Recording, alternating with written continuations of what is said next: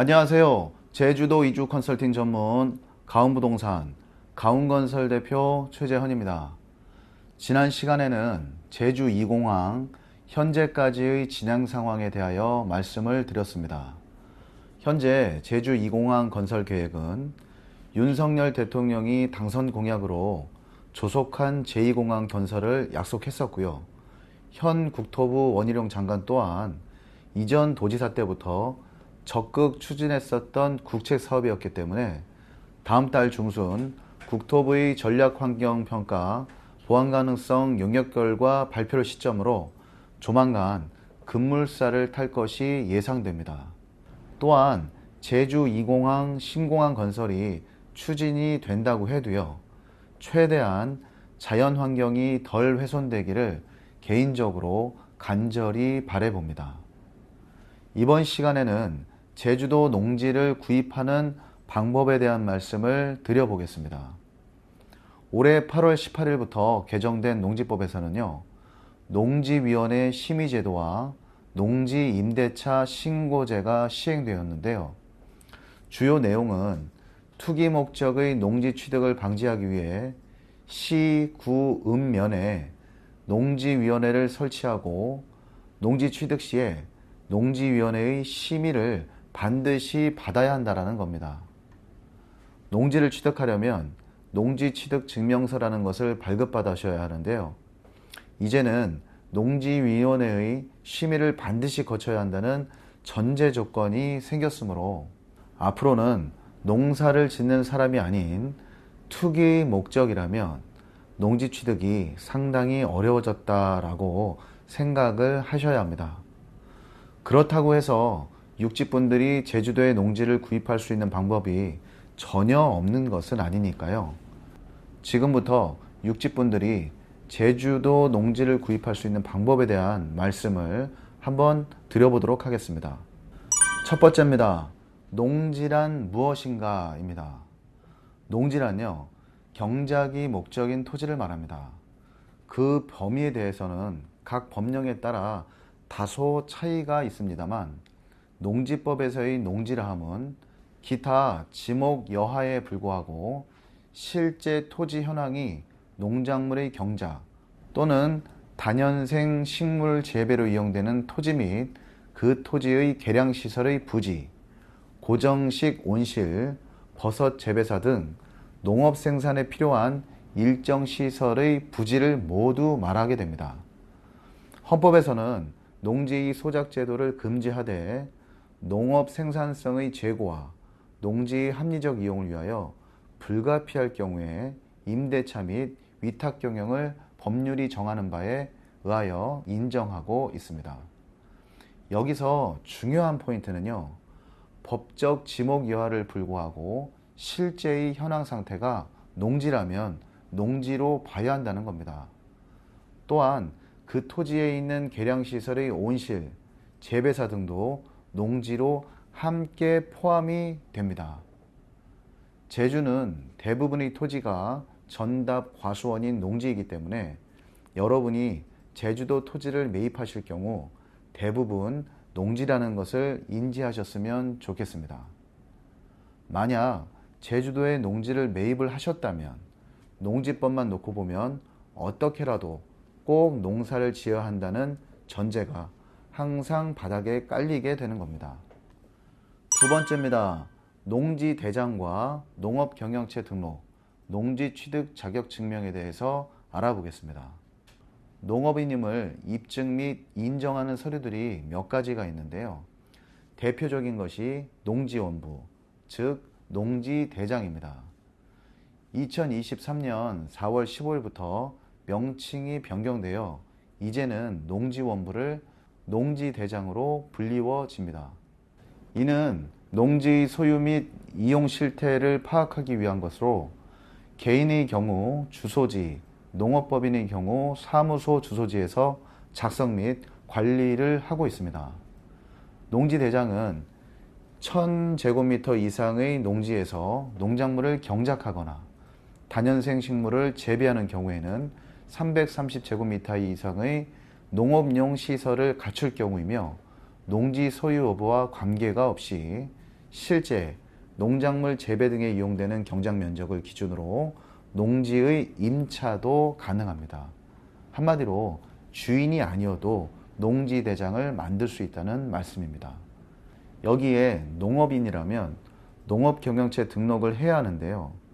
이는 전반적인 농업에 대한 통계 자료를 만들기 위해 시작한 제도로서 주민등록 제도와 유사하다고 생각하시면 됩니다.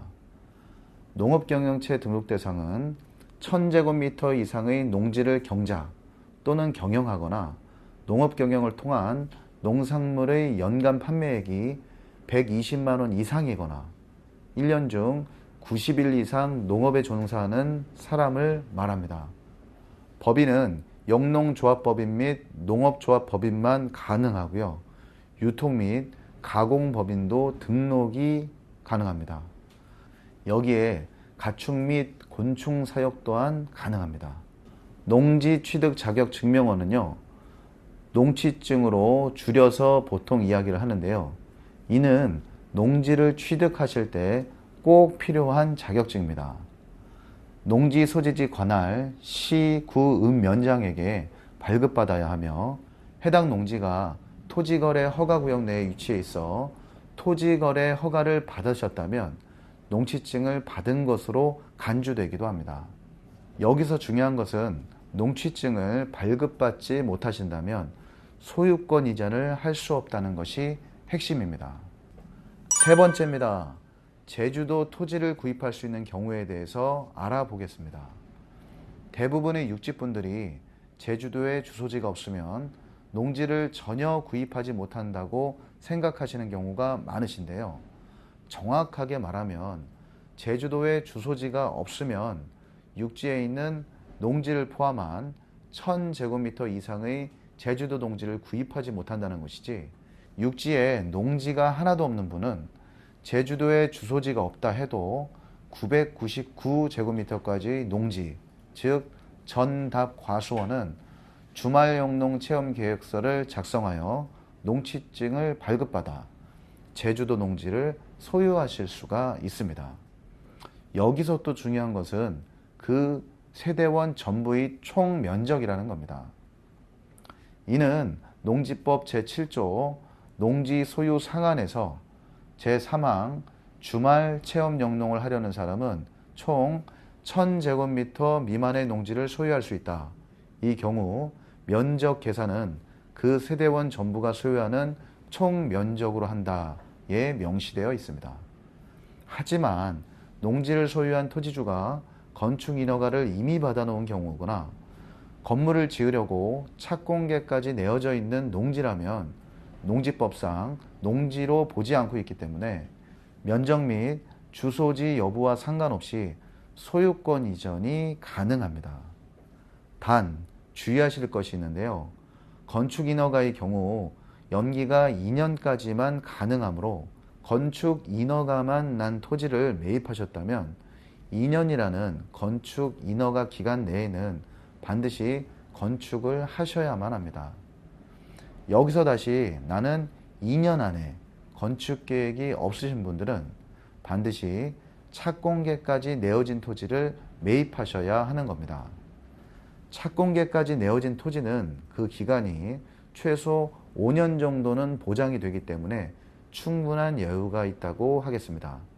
다만 요즘은 착공계가 내어지려면 현장 관리인이 해당 필지에 등록이 유지되고 있어야만 하기 때문에 예전처럼 건축주가 곧 현장 관리인을 할 수 있을 때와는 달리 해당 토지에 착공계 서류에 있는 건축 관련 자격증 소지자, 현장 관리인의 계약 연장 부분을 꼭 확인하셔야 합니다.